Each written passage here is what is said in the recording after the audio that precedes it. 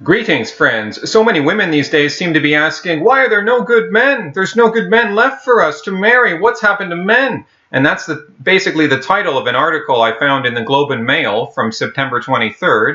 And the title is, Why Are Good Men So Hard to Find? Question mark. Now, this is authored by a woman. I don't need to name her, but I looked at her profile picture, and she looks to be at least 40. She didn't look too happy. She looked kind of, she didn't look quite all right, but, that's just my opinion. But what I've done here is I'm going to analyze the article, and rather than read it out, which is a bit more awkward for me, and it can be more confusing for the listener who's actually speaking, me or the author, what I've done is I've broken it down and put the groupings of paragraphs into Google Translate. So the voice that will be reading it is a female voice, so it worked out appropriately. So let's get into this crazy article. Of course, you can tell it's, I'm not going to agree with what she has to say. She has maybe one truthful paragraph in this article, and it does actually show that women are starting to take notice.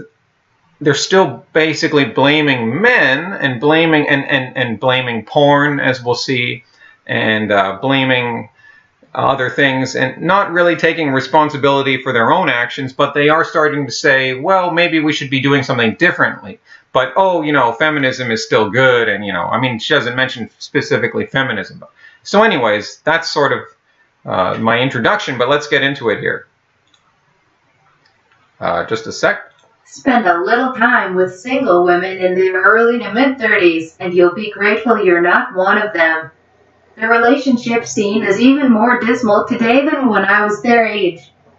All the women want serious relationships that lead to marriage, but many of the men they meet do not. All too often a woman moves in with some guy, hoping they're on the road to somewhere. 2 years later, he tells her he's not ready for marriage and kids just yet. Splat. But wait, hasn't online dating made the mating market easier? Yes, for men. If you really want to hear a woman rant, just utter the word Tinder. Okay, so she points out that, a lot of women these days aren't very happy, and I think that's true, but then why is that the case?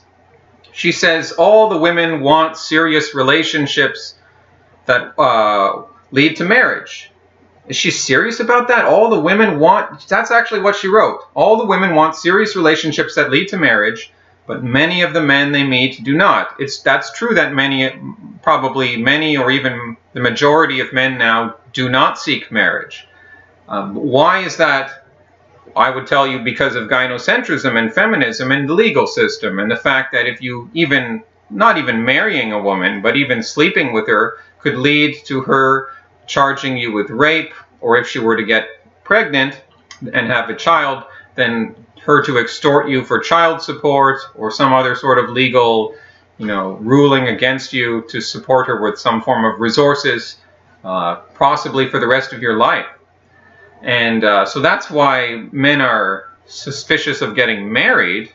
So she says that women often move in with a guy hoping they're on the road to somewhere, I guess, to get married.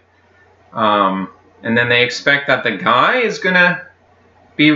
It's the other way around. Women aren't serious about getting married because they've been told by feminism that they're the same as men, and they should and could and ought to have careers and be alpha females. And that's fine. But of course, it leads them to be miserable. Why? Because they haven't gotten married when they're younger, when they're fertile, between the ages of 18 to 25, preferably.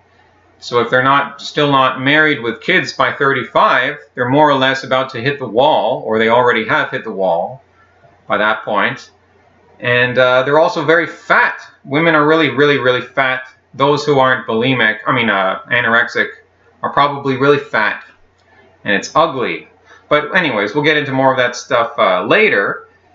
So she's right from the beginning she's got it mixed up right at the beginning. No, it's probably just as often the women who aren't serious about getting married and they want to get married to, sure. So maybe she's right, they want to get married, but then immediately to get divorced right after that. I mean, women initiate the divorces by far, unless the man is really in an abusive relationship and he tries to get out, in which case he'll still be on the hook for child support or whatever if he has kids. All right. And then she blames Tinder. So we'll be getting into that. And she's saying that the mating market is easier for men. Is it easier for men? I highly doubt that. But before I discuss that more, let's listen to some more. Single women are more equal and empowered than ever before. They have unparalleled sexual, reproductive, and economic autonomy. In many ways, they're doing much better than the men. Just look at the lopsided university graduation rates, which are now around 60 to 40. And yet, large numbers of young women admit their private lives are a sad mess. Yeah, I have no comment. I mean, that's pretty much the one fully truthful, honest paragraph in this article. Yeah, women are very empowered and they have all these things that feminism promised them. And they're doing better. They're graduating more from the universities than the men are. I mean, not that that really helps them make any money. Of course, there'll be a tax drain on the society eventually. And they admit that their private lives are a sad mess. Yes. Although, why is that? Why? Because they don't have any family. They don't have any kids. Let's continue. If you're a gender studies major, stop reading here. You're going to hate what I've got to say next. I don't like it much myself. In a nutshell, over the past few decades, the traditional relationship exchange has broken down. It used to be that men and women each had something the other really needed. Men needed access to sex. Women needed access to resources. Men couldn't get steady access to sex unless they had resources to offer, so they worked hard for them. The partnership between men and women was a grand bargain that usually left both sides better off. Okay, kind of. Now, I don't see why she has to appeal to the gender studies major. I mean, anyone who's studying gender studies is really living in la-la land. You're fucked. So you don't have to apologize to any gender studies people here. But it's funny that she says you're going to hate what I've got to say next, you gender studies majors. And she says, I don't like it much. She doesn't like it much herself. Well, why would you admit that? Why would you put that in an article? She doesn't really expand on that either. She doesn't really come back to it. She doesn't have too much actually personal insight. She's talked to some girlfriends or some other women, and then she's pretty much going to rely on this man who's a sociologist who wrote a book about this, and then she's going to quote from that book. But anyways, she says that the traditional relationship has broken down. Men and women were used to offer each other something that the other really needed. Men needed access to sex. Well, men wanted or desired access to sex. It's not quite like men needed sex the way they need food and shelter and clothing.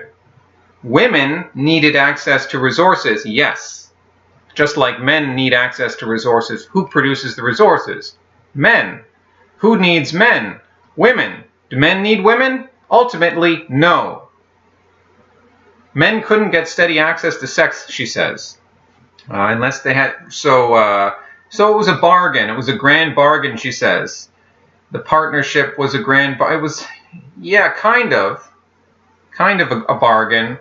But I'd say, women had to appeal to men and be faithful and not sleep around too much and not bitch too much and do a good job of maintaining a pleasant home for the male. So I guess you could, and in return, the man would, provide her with a safe place to live and food, and protect the family. It was a grand bargain. I don't know if it was just for sex though, because sometimes when men get older and they're successful enough, they want to have kids. So the man is his own interest. Oh, I want to have kids. I want to leave descendants. I need a woman for that.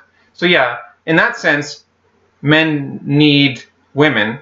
if they want to have kids. I mean, of course, nowadays there might be some technological developments that could open up other options, but basically men have needed women just if they, but it's not strictly like they have to have the sex, because most men throughout history did not succeed in reproducing offspring. That would only be the top 20%. And of course, women are hypergamous. They always seek the top 20%. So some truth there, and then some things I didn't quite agree with. Let's continue. For men, sex was traditionally expensive. The price tag was a long-term commitment to provide for a woman and children. But today, sex is cheap, and that changes everything. This is the premise of a bracing new book, Cheap Sex, by American sociologist Mark Regnerus. Sex got cheap because of 3 technological developments: the advent of the pill, which divorced fertility from sex, the onset of mass-produced, high-quality pornography, and the arrival of online dating sites, which make it easy for men to find willing sex partners. Okay, so I don't know if for men sex was always expensive. I mean, kind of. I mean, it depended if you were a hard-working man and you were able to produce enough resources to build up your homestead, and you had a good farm going on, and then you have your wife. Pretty much a good chance of getting a wife, historically. So sex was as expensive as you worked for it in ideal circumstances under the free market, which of course we haven't always had, but we had more of that in the past at certain periods in history. So it's not like sex was always traditionally expensive. So I don't agree that sex is cheap today. She's saying that today sex is cheap. No, it's easy for women to give sex today because there's no restraints on them. They're not taught. There's no social repercussions for them if they sleep around. So in that sense, sex is cheap. But is it easy for men to get sex these days? No. Maybe in the 60s or the 70s, but certainly not for men today. I can tell you, living in Toronto, there's no point in even trying unless you're in the top 20% and you have a car or you have a suit or something to show off. I mean, I guess you could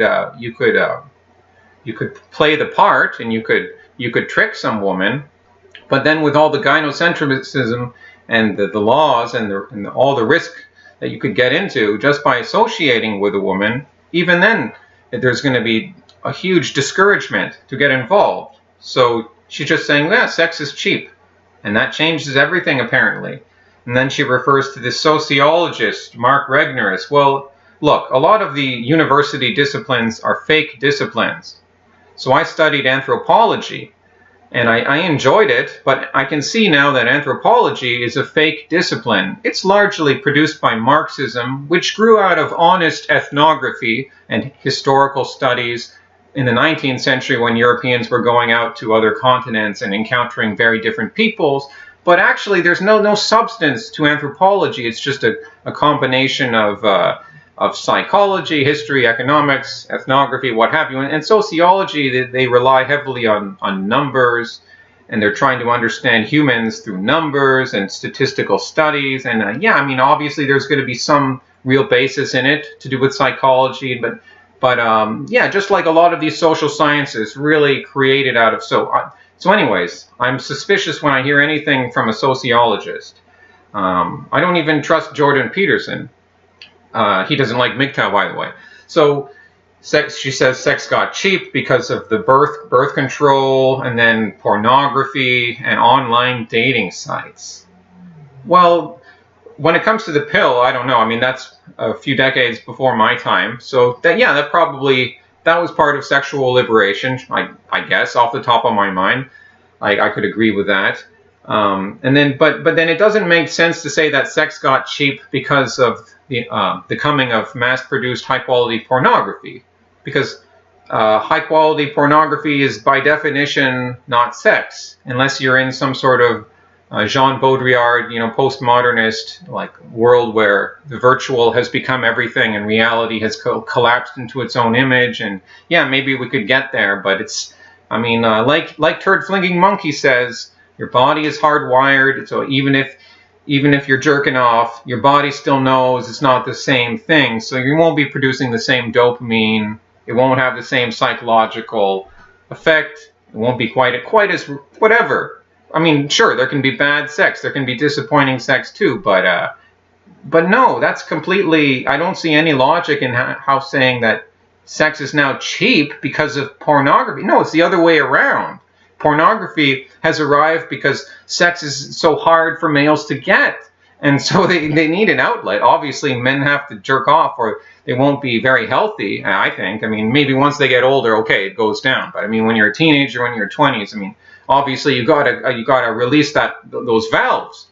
And pornography is just there because it's nice for men to get a bit more stimulation. But I mean, you could just imagine something. I mean, before that, there was Playboy magazines. What do you think men did before that? I don't know. You just imagine something. I mean, you can even have some, I don't know, it's more for like very young men, like in puberty, like having this wet dream where they even can have an orgasm in their sleep from a dream. So is that making sex cheap? It's ridiculous. So yeah, and then her last thing is online dating sites, which make it easy for men. Again, she's always, all those men are getting it easy, aren't they? Yeah, right. But the women are also using these fucking sites. They're also using Tinder, where men are also on the menu for women. Women are using Tinder, and by definition, if men are finding willing sexual partners, then what does that tell you about women these days? That obviously they're willing sexually. Let's continue. Sexual liberation is a fabulous thing in some ways, but it can also turn men into louts because women don't expect much in return for access. Today, most men can have all the sex they want for very little cost, no fancy dinner required. The irony, as Mr. Regnerith writes, is that today's mating market is probably more dominated by men's interests than ever before. This is hogwash. This is bollocks. This is bullshit. Yeah, what more can I say? Yeah, she's admitting that sexual liberation has disadvantages. So yeah, there's some very grudging admission on the part of women these days. Maybe this liberation thing hasn't been so great after all. Then she says that this sexual liberation, because really it was sexual liberation for women. It wasn't really so much for men, I'd say. Because women are always the ones that were expected to be chaste. Well, okay, maybe men too, but it was a big deal that women could start having different sexual partners in the 60s. That was the revolutionary idea. It wouldn't be so revolutionary to think of men doing that. They do that by nature. So, but she said that men have become louts. A lout is, I think she means a lazy person, but a lout is actually someone who's awkward or clumsy or kind of stupid. And you could make the argument that, yeah, a lot of the men have become pretty stupid and cucked today, but I don't see how the liberation has made men that way. And then she says that men can have all the sex they want for very little cost, no fancy dinner required? What? Where is she coming from? Maybe she's thinking of, like, when she says sexual liberation, maybe, you know what? If you're older, if you're like 50s plus watching this, I don't know. I mean, correct me if I'm wrong, but was it easier to get laid in the 60s or the 70s if you were a guy? I mean, I have this suspicion that it was a bit easier. It's certainly not the case these days. Like I said, Toronto's no good place if you want to get laid. You have to be in the top 20%. You have to have an office job, a CEO job, a nice car, a house. You have to provide resources because women naturally go for that. Maybe if you're in a rural area, it could be different because then the women obviously see that there's less options immediately available to them. And also they're in a town or a small town, so there's more people to know who they are and what their actions are and judge them and cause them more headaches. So maybe it'd be more different. But no, this is crazy to suggest that men can have all the sex they want for very little cost. They can get prostitutes, but that can come with a lot of risk, obviously. Just as it can be risky to sleep with anyone, even just an acquaintance someone that seems attracted to you, they can charge you with rape even if you didn't even have sex with them, even if you were just with them for an evening and they got drunk with you and maybe you touched them and they didn't like that, or maybe not even at all. I mean, what? Even men and women who cohabitate for a year in some states are now considered married. It's the same idea. And then this idea that the mating market is probably more dominated by men's interests than ever before. How? That doesn't make any sense. Women get to choose. When men are on the menu on Tinder, on these dating sites for women. It's dominated by when you select. I mean, these sites, sometimes some of them get to choose. They trick you into being honest about your income. You shouldn't do that. So I guess the best way would be to lie about your income and put it in the top percentile. Then you would get maybe some more interest. But once they met you and they saw who you were, then they would try to do their best to judge what your financial circumstances are. That's what it's all about. It always has been. When women complain that marriageable men, sober, steady, good providers, are harder to find than ever, they may well be right. The marriage rate is falling steadily, especially among the lower middle class, while long-term stable marriage is increasingly a privilege reserved for the better off. Okay, so women are complaining that there's no sober, meaning, not louts, meaning men who are smart enough and capable of bringing in an income. They're harder to find than ever. She's agreeing with that, and I can partly agree that it's hard for men to provide for a family when you think of the tax rate and you think of how our economy has stagnated, in part due to socialism, which is tied up with feminism and raising the tax rate and continually taxing any men who make above a certain income, and thereby depressing the entire economy. And but it's ridiculous to say that she's suggesting there's a lack of good, and how we would traditionally say good men. Just, he's a good man, he's a good soul, he has a good heart. She's suggesting that there's a lack of these men and men are somehow lazy. It's really disgusting. It's disgusting, if I may say so. So, and then she points out, the marriage rate is falling steadily among the lower middle class, especially. Marriage is a privilege reserved for the better off, of course. Not that it works out well for the better off either. Those are some of the prize catches. Can you imagine the payoff if you if you're a woman who divorces a really rich man? It'd be a huge payoff. A lot of women seem to have their act together these days, but a lot of men don't. I think the greatest, most astonishing fact that I am aware of in social science right now is that women have been able to hear the labor market screaming out, "You need more education," and men have not, says MIT economics Professor Michael Greenstone in his book, Cheap Sex. Wood might explain this puzzling fact. Men don't have to prove themselves as providers anymore. They can get all the sex they want anyway, including online porn on demand that can make the real thing feel mildly disappointing. Ask younger women about men and porn. You'll get an earful. Oh my goodness. Men we don't have our act together these days, and somehow women do. A lot of women seem to have your act together these days. I don't think so. I don't think women have any clue what's coming to them. They're going to hit the wall. The economy is going to hit the wall. They're not going to have any families. Get your cats. Get your cats very fast, ladies, before you freak out. And then referring to the social science guy who's talking about women in the labor market, women somehow being told that you need more education. Well, women choose to go to, no one's forcing the women to go to university. Women aren't going for these types of jobs like engineering that definitely need some education. They're going into jobs like gender studies, like bullshit fake disciplines, and then wondering why they can't get jobs. And so, I don't know, that's pretty silly. Men don't have to prove themselves. Men always have to prove themselves. What are you talking about? Men probably have to prove themselves now more than they've ever had to, at least in a dense urban environment. More than ever before. They can get all the sex they want, she says. And then again, she says that online porn on demand can make the real thing feel mildly disappointing. She doesn't understand biology, psychology. She doesn't understand. Maybe she's not had sex in a long time. I don't know.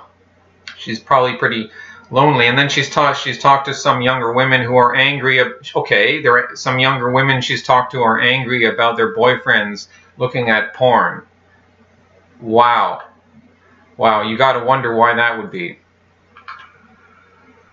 Like it or not, women have always been the gatekeepers for sex, not because they don't like sex, too, but because no matter what you learned in gender studies, men's sex drive is innately higher.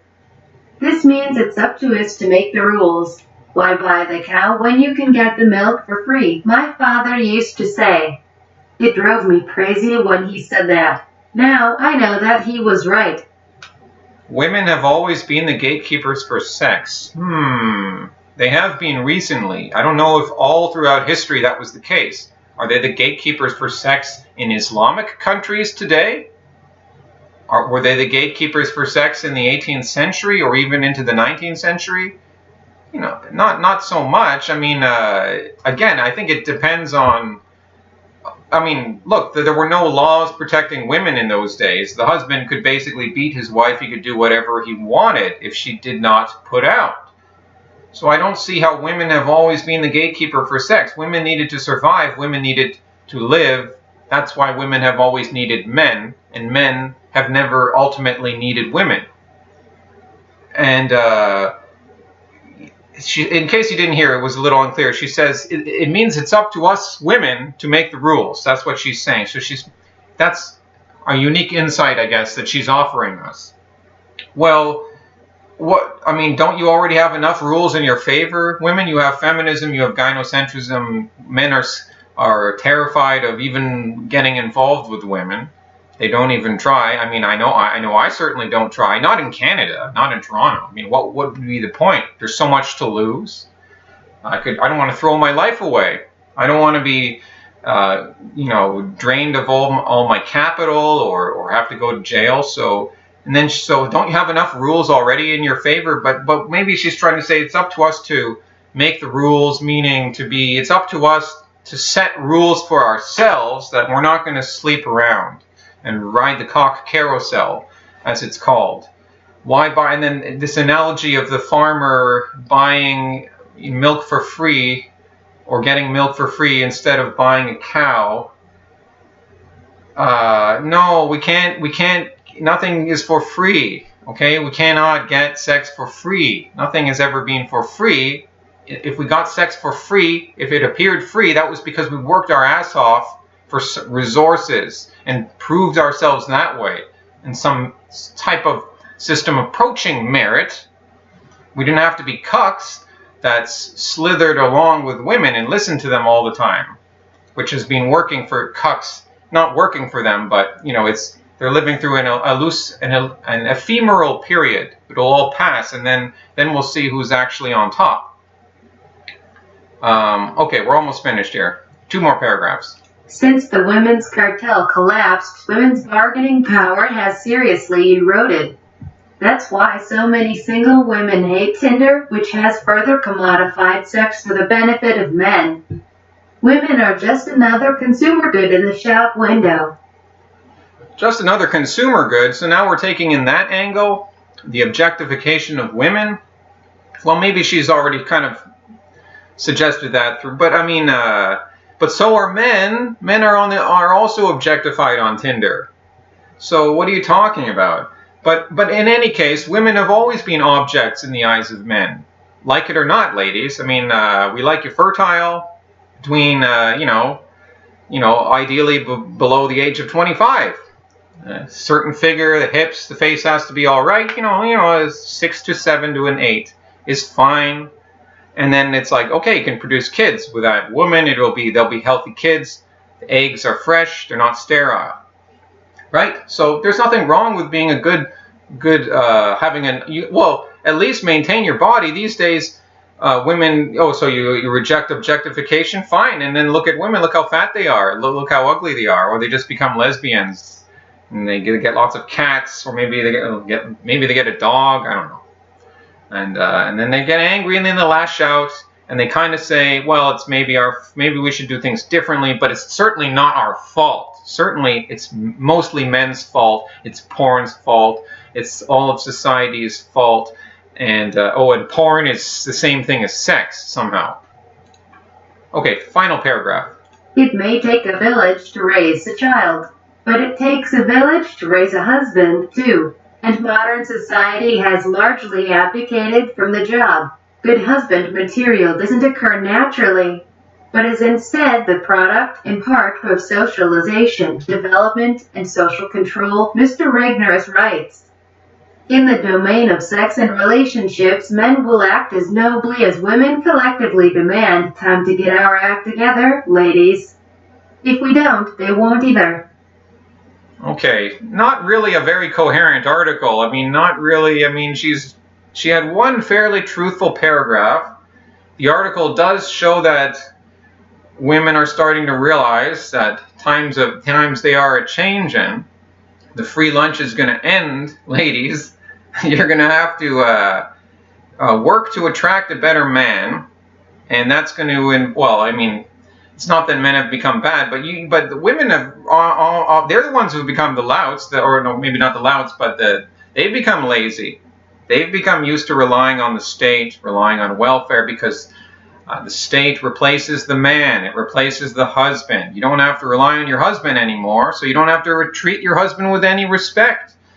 In fact, he's inferior to you. You better divorce him as fast as you can. You get half his money. You get him. He's paying for your kids. You get the kids. Even though the kids are going to turn out terribly with a single mother, you get the kids anyways, because you're a woman, and this is a gynocentric society. This is what gynocentrism looks like. She's talking about a village to raise a child. Yeah, maybe in Africa, or well, you know, it's true in more traditional cultures. That is more true, but it's hard to see that in the modern West. Yeah, maybe. Yeah, but it's a good. I get what you're saying. A child needs to learn from different adults and have different adults to enforce the rules. Sure, but it takes a village to raise a husband. No, a husband learns from his father, hopefully, or a good husband will have learned from following his father, his grandfather, from being educated, but not necessarily being from women or from being in a village. And then modern society is not performing this role, she says. And so to make good husbands, she's suggesting that this, the Mr. Regnerus, this cuck sociologist, is saying, a good husband is the product of, partly socialization, development, and social control. That's gobbledygook. That's nonsense. Those three words could just say socialization. That's a ridiculous word too, but at least you could just say that one word. You see, they get caught up in this language, this nonsense, and then you wonder why they have no idea what's going on. And they're lashing out, they're afraid, they're so scared. They're relying on a sociologist because he has a sexy act. He's a sociologist, he's sexy, he's a cuck, but you want to listen to what he has to say because he'll make you feel good. It's not our fault. It's not women's fault. It can't be. It can't be our responsibility. This final quote, that men will act as nobly as women collectively demand. No. Women will. It's the other way. Again, it's the other way around. She's gotten so much around. You could often just flip a lot of this around for this article, and it would actually make some sense.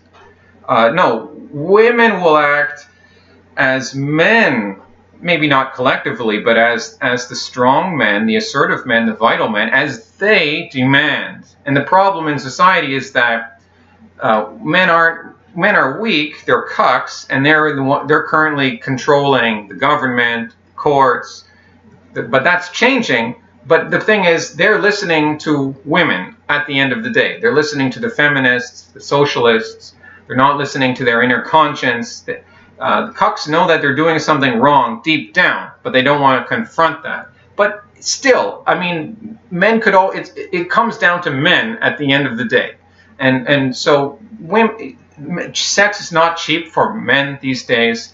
A lot of the things she said here is ridiculous. I don't think I need to go over a summary here because I've already been droning on here. But I think you get the idea, and this is not a new topic that people have MGTOW has been talking about these crazy women who keep wondering why there's no good men out there. Oh, there's plenty of good men. There always have been. There always will be. But what sucks right now is the system is killing it, making opportunities for good men completely disappear to the point where we even consider leaving the country. And that's all I have to say for now. Hasta luego, amigos.